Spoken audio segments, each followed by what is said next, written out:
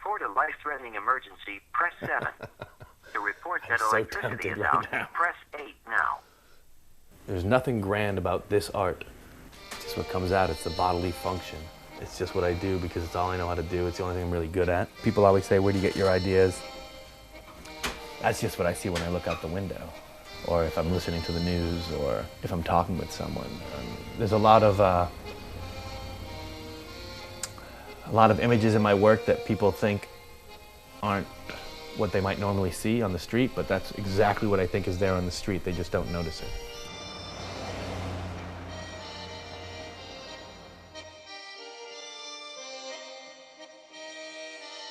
"164 Water Street." And where?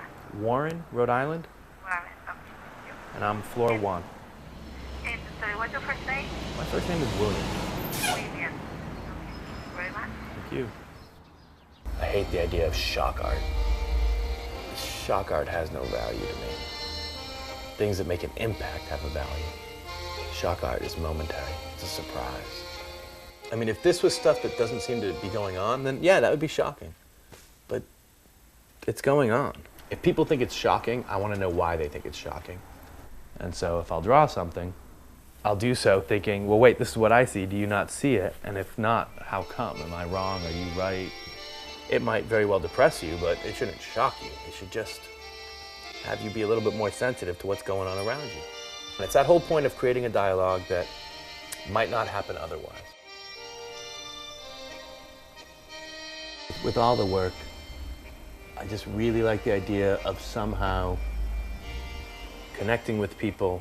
Right now, let me tell you what happened, Mr. William. Right now, we have you in a residential hearing. Okay, well, if it shows in the system that it's residential, my question to you is, why was a gentleman here today trying to inform me that this is about to get shut off? Corinna and Boo. Good girls.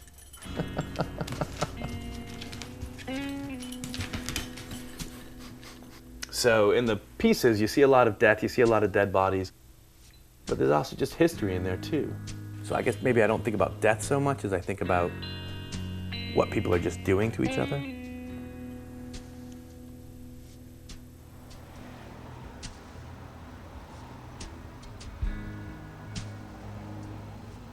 All of our representatives are currently assisting other customers. Of course. Please hold for the next available representative. Now you get kids who are, shooting people left and right in video games or experiencing death on the television. It means nothing to them. So the question I have is, did all that death that was begotten in the 40s, it shocked our parents' generation, but did it shock them so much that when death was represented in a different way to their kids, it didn't make them hold up and say, wait a minute, little Johnny, little Jane, what are you doing? Originally, I'm from Boston. Grew up in different areas of it, born in Mattapan, then moved to Hyde Park, then moved to Dedham, where I did most of my living. But I came back to Providence because I missed my family. I'd been in Baltimore for 6 years at that point. I had originally gone there to attend the Maryland Institute College of Art. I stayed there, I got my degree, but continued to stay there afterwards because it was a very inexpensive city. That was '97 I moved back here.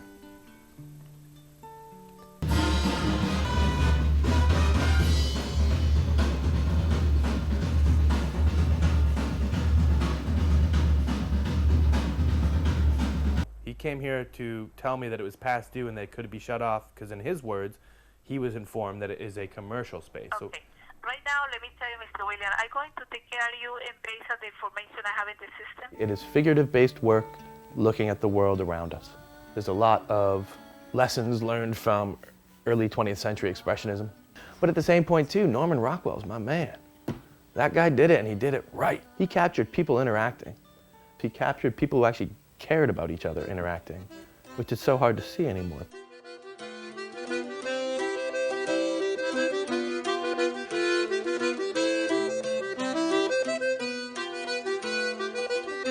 There's multiple mediums I work in, drawing, collage, embroidery, painting, scratch boards, paper cuts, and they're all heavily based on line. I sketch it out with pencil, go ahead and ink it afterwards, more of a traditional comic style.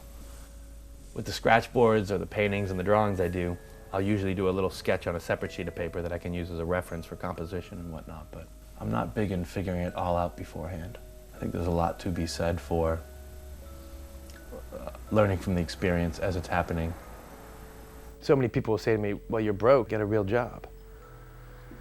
And I'm thinking, oh my goodness, I've already got, 2 real jobs, making this stuff and trying to sell it. And so for me to be able to point around this room or anywhere and point to what is literally thousands of hours of work, I can say this is a real job. So if I don't have a lot of new stuff to always be pointing to, I start to feel very self-conscious about, wow, I am just lazing about. I need to make sure I'm working hard like everyone else is working hard at their jobs. I wonder who is teaching her the conga.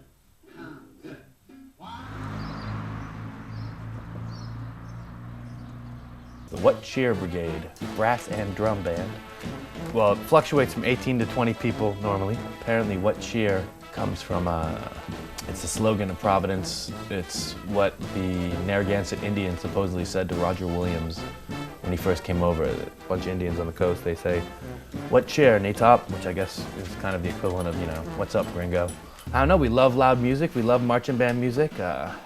Not so much your traditional John Philip Sousa or the stuff you'd see from Drum Corps International, but more Eastern European stuff, Balkans, Bollywood stuff, samba, hip hop, whatever. We'll take these songs and arrange them for an 18-piece band, and we just love the fact that we can go anywhere with this stuff. We don't need amplifiers. If we want to, we've crashed supermarkets. That I-95 stuff they're tearing down, the 195 and the I-95, the band played on this little strip of land they were about to clear the next day. My dream's always been to crash the DMV. It's the only thing I've done that you find actual instant gratification with. When you get out there, people who aren't expecting this music, everyone's enjoying it, it just instantly transforms people, and I'm just, one of the many. I'm not very good at just walking up to strangers and spiking up conversation. To ensure quality service, your call may be monitored or recorded. And especially when it comes to the weightier issues. I mean, if I like something, if I see a beautiful flower or this bird circling overhead, I can tap a stranger on the shoulder and say, hey, wow, look at that, that's amazing. But through my work, I can create these images, put them in a gallery setting, and of course a gallery is a wonderful setting because people walk into a gallery expecting to be affected. They don't know how they'll be affected. Maybe they'll be made happy, maybe sad, maybe disinterested, whatever. But they're going into this space expecting to be affected. So, they walk into a space where my work's hanging. Maybe they hate it, maybe they think everything I did was wrong and just immoral or whatever.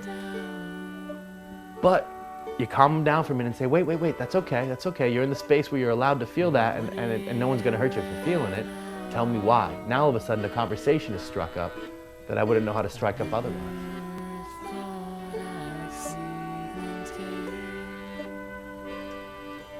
No answers. I mean, I'm not giving any answers in the pictures. All my pictures are questions. Even if the questions are posed kind of like statements of things I feel about, they're still just questions.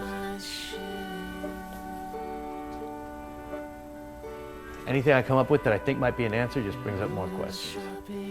Like, I'm not someone who's good at getting on a podium and saying, hey folk, pay attention to this or that. So for me, the art, maybe the art's my podium. Probably the only positive thing I got going is all this stuff, really. And a lot of people look at it on the bodies and they say, well, what's positive about it? I mean, it's positive because it's asking a question. It's asking people, myself included, to slow down and say, look what we're allowing to happen to each other, to ourselves. Wish you the best and thank you for pronouncing that great. Thank you for your time. Thank you. Have a great day. Bye-bye. 1, 2, 1, 2, 3, 4.